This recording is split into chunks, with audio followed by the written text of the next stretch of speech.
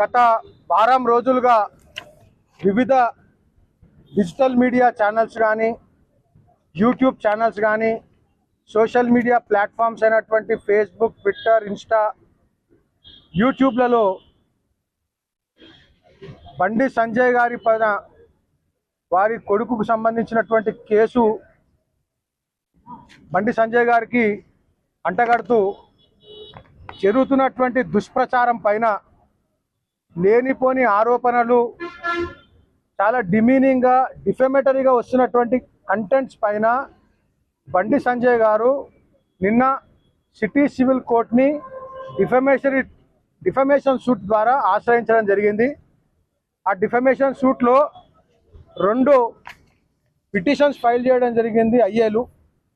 ఆ ఐఏల సారాంశం ఏంటంటే, ఈ వారం రోజులుగా బండి సంజయ్ గారి పైన మీడియా ఛానల్స్లో కానీ, శాటిలైట్ ఛానల్స్ కానీ, యూట్యూబ్ ఛానల్స్ కానీ, సోషల్ మీడియా ప్లాట్ఫామ్స్ అయినటువంటి ఫేస్బుక్, వాట్సాప్, ఇన్స్టాగ్రామ్, యూట్యూబ్లో, ట్విట్టర్లో జరుగుతున్నటువంటి డిఫమేటరీ కంటెంట్ను వెంటనే పోస్ట్ చేయకుండా అన్ని ఛానల్స్ కూడా గ్యాగ్ ఆర్డర్ పాస్ చేయడం జరిగింది సిటీ సివిల్ కోర్ట్.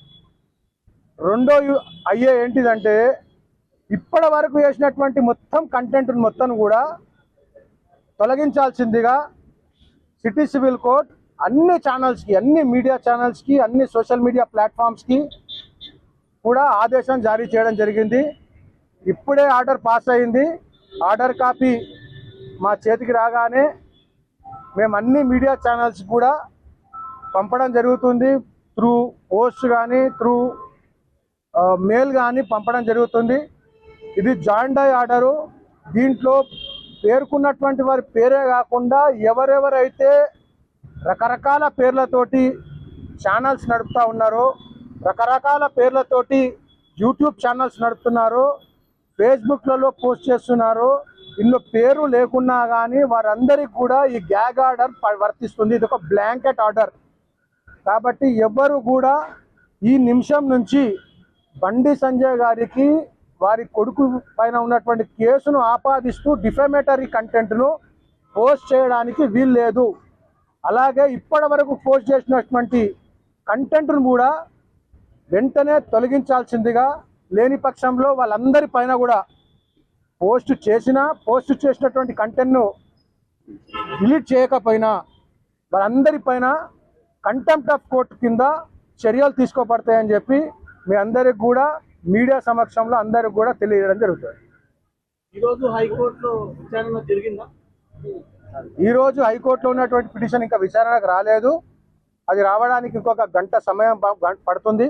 గంట తర్వాత అక్కడ విచారణలో జరిగిన విషయము, అక్కడ ఆర్డర్ కాపీ యొక్క సారాంశాన్ని మీకు తెలియజేయడం జరుగుతుంది. ఓన్లీ బండి సంజయ్ పేరు మాత్రం ప్రస్తావించారు. ఓన్లీ బండి సంజయ్ గారు, minister of home affairs government of India, minister of state for home affairs government of India గారి యొక్క పేరును ప్రస్తావిస్తూ కేసుకు ఆపాదిస్తూ డిఫమేటరీ కంటెంట్ని మొత్తం కూడా తొలగించాలని చెప్పి జాయింట్ డై ఆర్డర్ వచ్చింది. అన్ని బ్లాంకెట్ ఆర్డర్ అన్ని మీడియా ఛానల్స్కి, సోషల్ మీడియా ప్లాట్ఫామ్స్లో ఉన్నటువంటి యూట్యూబ్ ఛానల్స్కి కూడా ఇది సమానంగా వర్తిస్తుంది.